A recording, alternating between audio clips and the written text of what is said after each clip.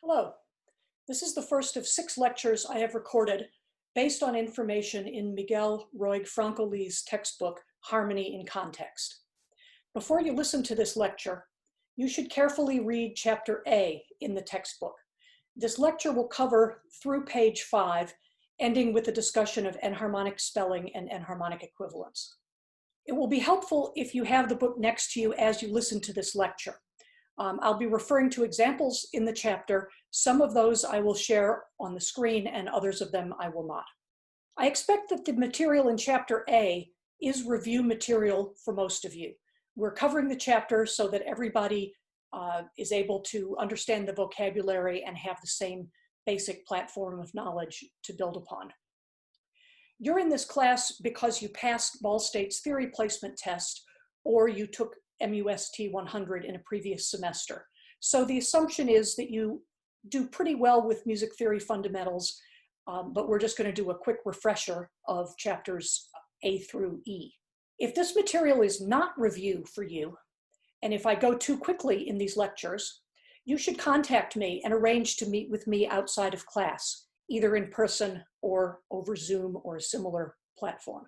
I'll be happy to go over the material with you in more detail, explain it more slowly, and answer any questions that you have. If you're one of the people who already feel comfortable with this material, I suggest that you find 1 or 2 MUST 111 students who maybe aren't as comfortable as you are and offer to help them out with music theory. This is your chance to meet some other students, make some friends, and start to build community at Ball State University. Okay, having said that, let's go. Please turn in your books to page 3 and look at example A2 on the bottom of the page. I'm going to share my screen with you where I have example A2 showing. Chapter A deals with pitch in music. The word pitch musically indicates how high or how low a note is. A note with a high pitch has a high frequency. Frequency is the measure of the number of vibrations per second. So a note like the A on the second space in treble clef has a frequency of 440 vibrations per second. A lower note, like the A below treble clef on 2 ledger lines, has a lower number of vibrations per second, in this case 220 per second. Musically, pitch is notated on a 5-line staff, and we count from the bottom to the top. So line 1 is the bottom line, line 2 is the second line 5 is the top line. And we can also refer to the spaces, the first space, second space, third space, and the top space is the fourth space. The staff gives us only a relative sense of how high or how low the notes are compared to each other. In order to get an absolute sense of how high they are, we need to have a clef or a key that tells us how to interpret the staff. So over on the left here, you see the treble clef, which tells us that the second line, the line that the little curly Q wraps around, represents a G. The treble clef is a G clef, and it used to move around. So sometimes that little curly part wasn't curled around the second line, it might be curled around the bottom line or curled around the third line. But nowadays, it's no longer a movable clef. So the treble clef symbol always tells us now that G is the second line. When you write notes on a staff, please be careful that you write them neatly. Notice that the height from top to bottom of a note head is about the same as the width of a space. So when a note is written on the line, the bottom of the note is in the middle of the lower space, and the top of the note is in the middle of the upper space. If the note is on a space, the bottom of the note head is right on the line, and so is the top of the note, so that it's inside the space, touching but not going over the lines. It's important that you write your notes neatly so that I can read them. So in your homework, if you're writing by hand, you need to be very neat and careful about how you write your note heads. If you're using a notation program, which I will recommend and will show you how to do later on, your notation program will take care of some of the neatness for you. When we need to show notes that are either too low or too high for the staff, we can extend the staff with little short horizontal lines that are called ledger lines. These ledger lines measure the distance from a note to the staff. And just as a note can be either on a space or on a line with the regular staff lines, it can either be on a space or on a line with ledger lines, and we keep counting the same way. So for instance, if we wanted to know what this second note is under the word ledger lines, if we weren't very adept at reading treble clef, we could start on the G, the second line, and we would count down. This is G, the space below is F, E, D, the note on the first ledger line is C, and then this is below that, so it's a B. Same thing for the notes above the staff. Let's say we know that the fourth line in treble clef is a D. If we want to figure out what this note is on a ledger line, we can count up from D. D, E, F, G, A. This is an A.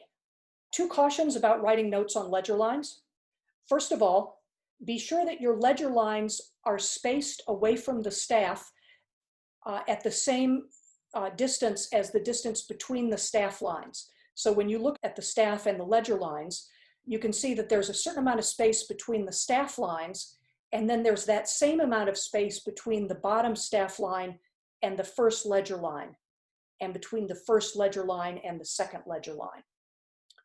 Second thing to pay attention to is that we only have ledger lines above a very low note or below a very high note. There's no point with this low G here in writing a ledger line on the bottom side of it, because the only purpose of the ledger lines is to measure the distance from the staff. So the ledger line beneath the G would be useless. Please turn to page 4 and look at example A.3 at the top of the page. Example A.3 shows us a treble clef on a staff, and it shows us where the note G is. Then it also shows us the bass clef, and the bass clef with its two dots tells us where the low F is, the F that's kind of at the very bottom of most women's singing range or in the middle of many men's singing ranges. Here's that F.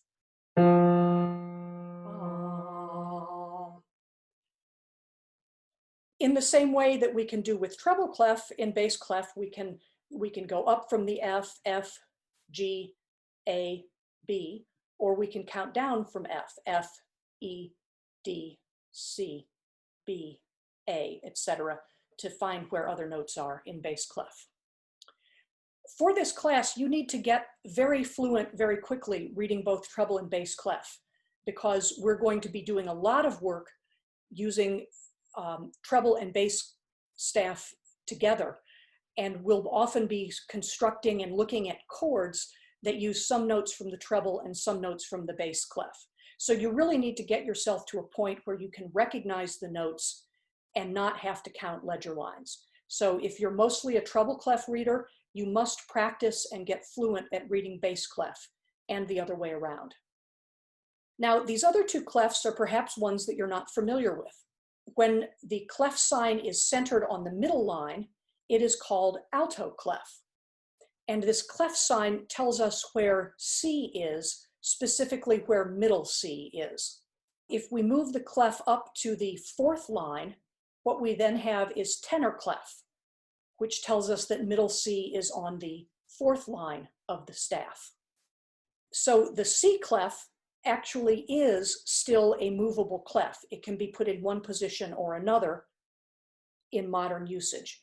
The treble and the bass clef both used to be movable clefs, but now they're not movable. Now they're always sitting in the same place.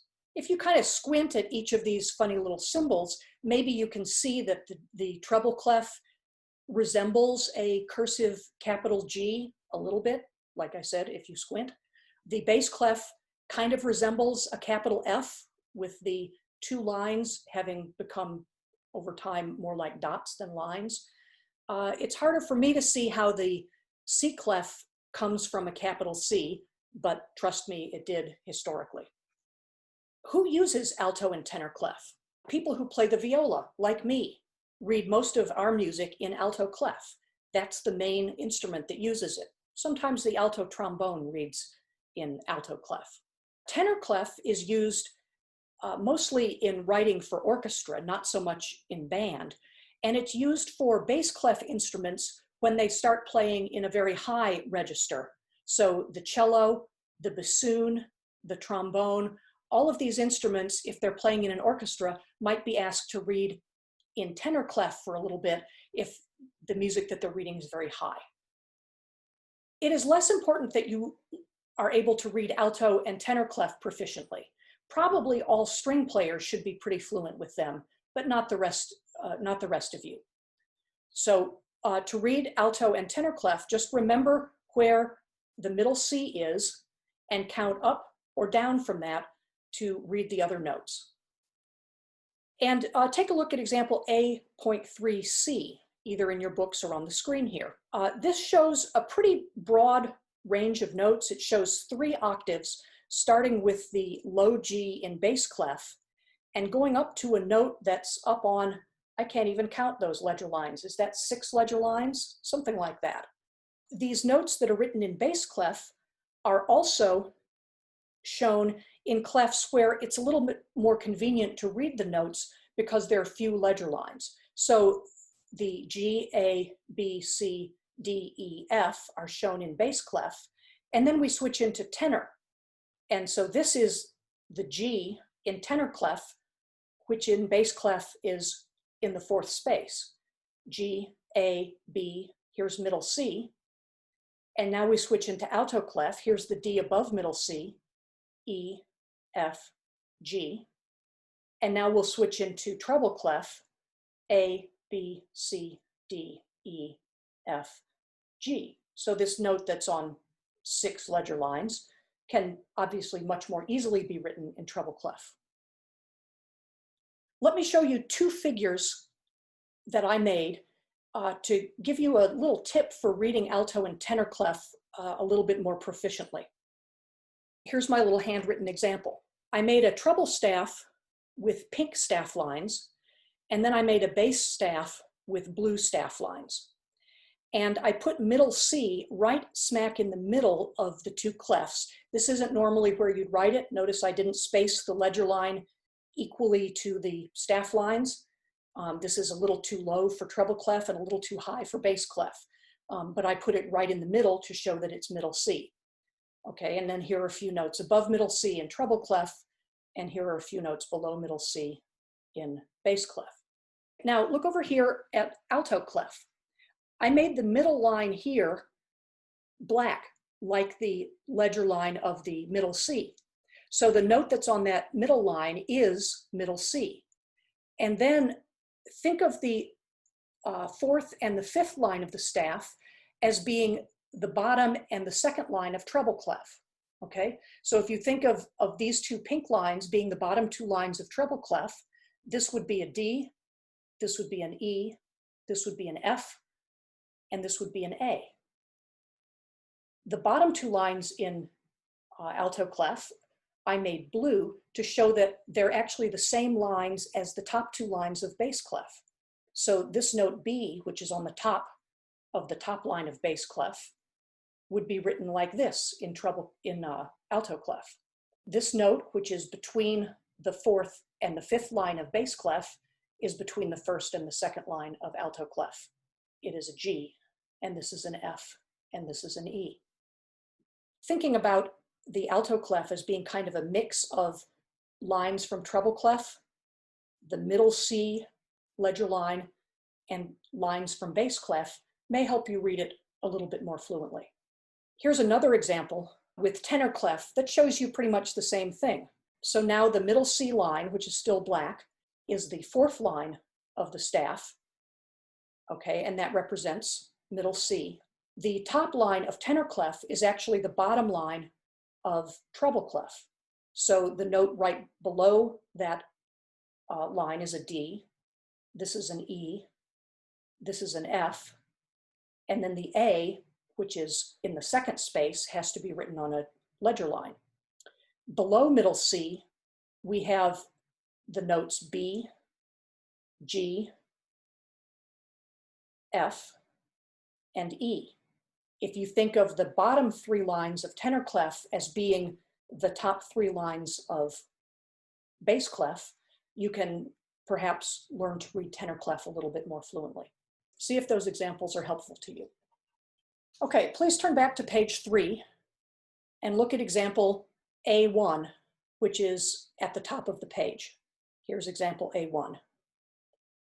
The top part of this shows a full keyboard, a full piano keyboard, all 88 keys. Each of the white keys, these keys down here, are labeled with its letter name, A through G. The distance from a note of a certain ledger line, like let's say this low C here, to the next note higher or lower with the same letter name, like this C here, is called an octave. It's called an octave. The OCT prefix it means 8, as in octagon or octopus. If you start counting by counting not 0, but 1 on the first C, so 1, D is 2, E is 3, 4, 5, 6, 7, 8. The 8th note that you come to is another C. This is a particular type of interval. The chapter A has a lot about intervals in it, and we'll cover those in future lectures. But the interval from a C to the next C is called an octave because it spans 8 letter names. And an octave is special because it has a particular sound. When men and women sing, say, the national anthem together, men in a lower octave and women in an upper octave, it sounds like they're singing the same music. They are, but they're singing it in different octaves.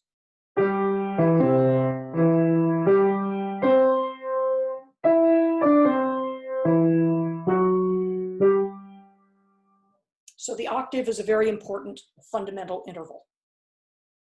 Now, sometimes when we name a note, we don't want to simply call it a C or an F or whatever the note is. We want to be specific about whether it's a high note or a low note or a very high note. In other words, we want to indicate its octave register. So octave register tells us not simply that the note is a C, but it tells us that it's in the first octave of the piano keyboard, or the third octave of the piano keyboard, or the 6th octave of the piano keyboard. There are different systems for measuring octave register, and we're going to learn just one of them. According to our system, middle C, that C which is right in the middle of alto clef and is 1 ledger line below treble clef, 1 ledger line above bass clef, that C is called C4, and it starts the 4th octave. And all of the notes above it, the D, the E, the F, the G, the A, the B, all the notes starting on the C and going up 7 notes to the B, those would all have the number 4 prefix. So the D above middle C would be D4. The E on the first line of treble clef would be E4. The B on the middle line of treble clef would be B4. And then if we went up 1 step from there, we'd be on C5, which is the start of the next octave.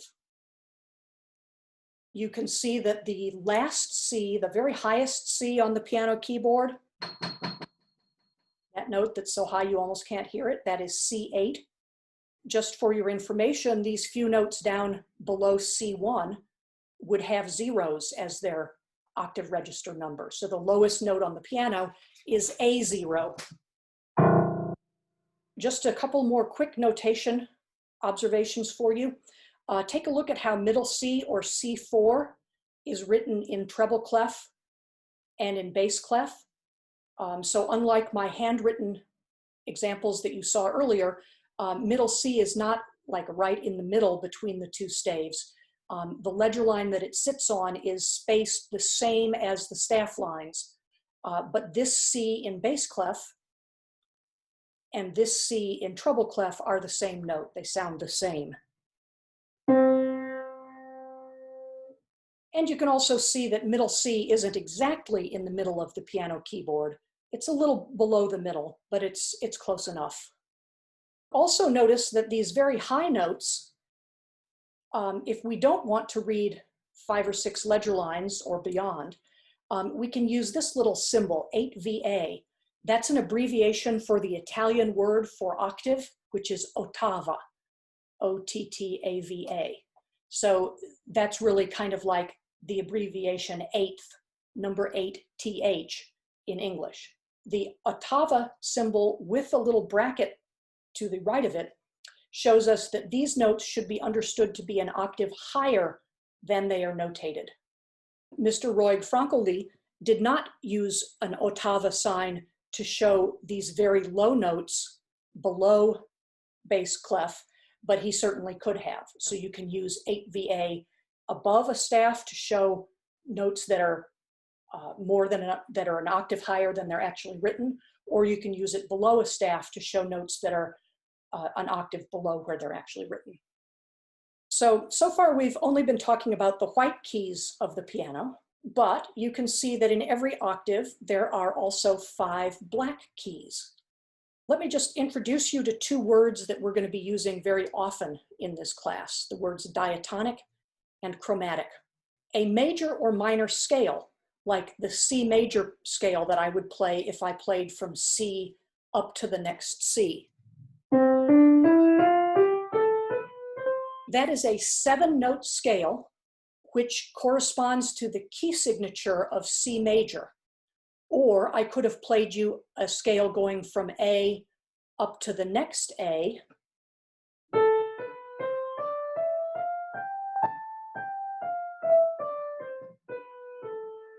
And that's an A minor scale. And the notes correspond to the notes in the A minor key signature. Okay, so a scale, or for that matter, any group of notes that follows a key signature and that therefore uses only 7 notes per octave is referred to as a diatonic scale or a diatonic group of notes. Diatonic just means relating to a key signature or to a major or minor scale. Now, if I play all of the notes from C up to C, including putting in the black notes where there are black notes between the white notes, we get this scale.